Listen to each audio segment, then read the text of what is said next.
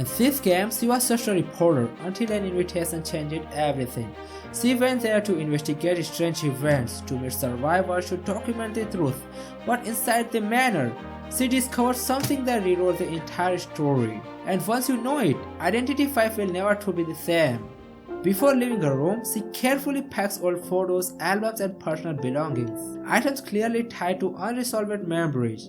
These are not sentimental keepsakes, they are unsure, suggesting trauma rather than nostalgia. Her destination is a remote villa, and as she leaves, the title appears, Ashes of Memory, Episode 1. She's driving. 3 weeks ago, Okay. I was investigating the mining disaster in Golden Cave. My plan was to interview the survivors. And then? But before I left, I received a message from a colleague who'd been out of reach for days. She'd finally obtained an invitation to a lettuce manor, with the help of an ingenious disguise. I decided to assume her identity and return to my paradise from long ago. Okay. So this was the story. The now infamous manor. Okay, so see, this is a manor. My gut told me it might be my only chance to unravel its secrets with my own hands. She opens the door slowly and steps inside, where a piano melody fills the empty house, deeply familiar, almost unsettling. This immediately established that the manor is personally significant, not just a crime scene. She looks around the hall and then walks toward a door. She opens it and enters. Inside, she meets the butler and hands over her invitation card. She then speaks briefly with the person playing the piano. While talking, she quickly observes him. She notices his gloves, the way he's sitting, his hair, and his overall appearance. Throughout the conversation, his name is revealed. I'm Frederick Kreberg. She asks him about the piano music and why he came to the manor. He refuses to explain his reason for being here. When she asks about the music, he says it was created by a friend of his father. He then says he's tired and leaves the room. After he leaves, she pauses for a moment and begins her investigation. She starts into the living room. She notices how clean everything is. She looks at a painting on the wall and realizes it looks exactly like one that hung in her childhood home. She then looks at piano and remembers that it was her father's favorite piano. It was destroyed in an accident long ago, but now it has been restored. The butler arrives and tells her that her room is ready. She goes to her room and looks around carefully. She asks the butler some questions. She asks when Mr. Kreberg arrived at the manor. The butler answers.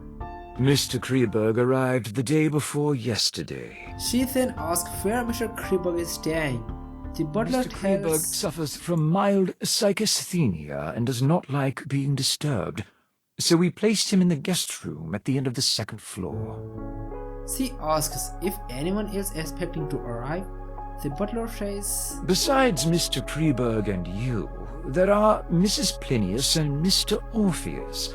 They will arrive as planned tomorrow. She thinks about Orpheus and remembers that he is a popular novelist. She asks about Mrs. Plinius, and the butler explains. Indeed, she's a very famous entomologist herself, and she has quite an insight into the study of plants and The animals. butler also explains where they will stay. Mrs. Plinius is in the guest room on the western side of the main building's ground floor.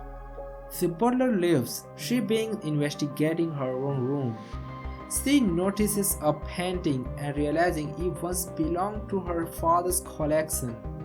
As she looks around, she slowly realizes something disturbing. This room used to be her room. Now it has been turned into a guest room. None of her old belongings are there anymore. She organized the items she brought with her.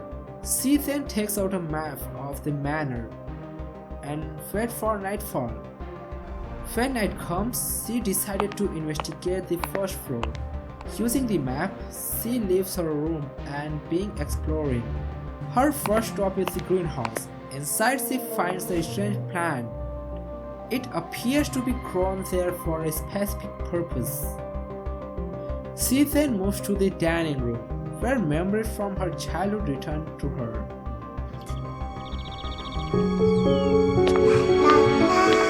Okay, she was a child.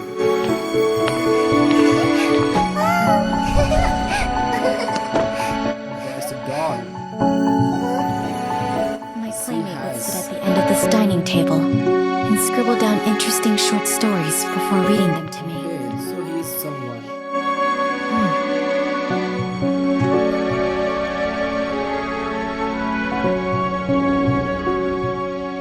Oops. From there, she enters the music corridor. She plays the piano correctly. After playing the correct melody, a secret study room is revealed. Inside the study room, she finds many books. She picks one up and starts reading.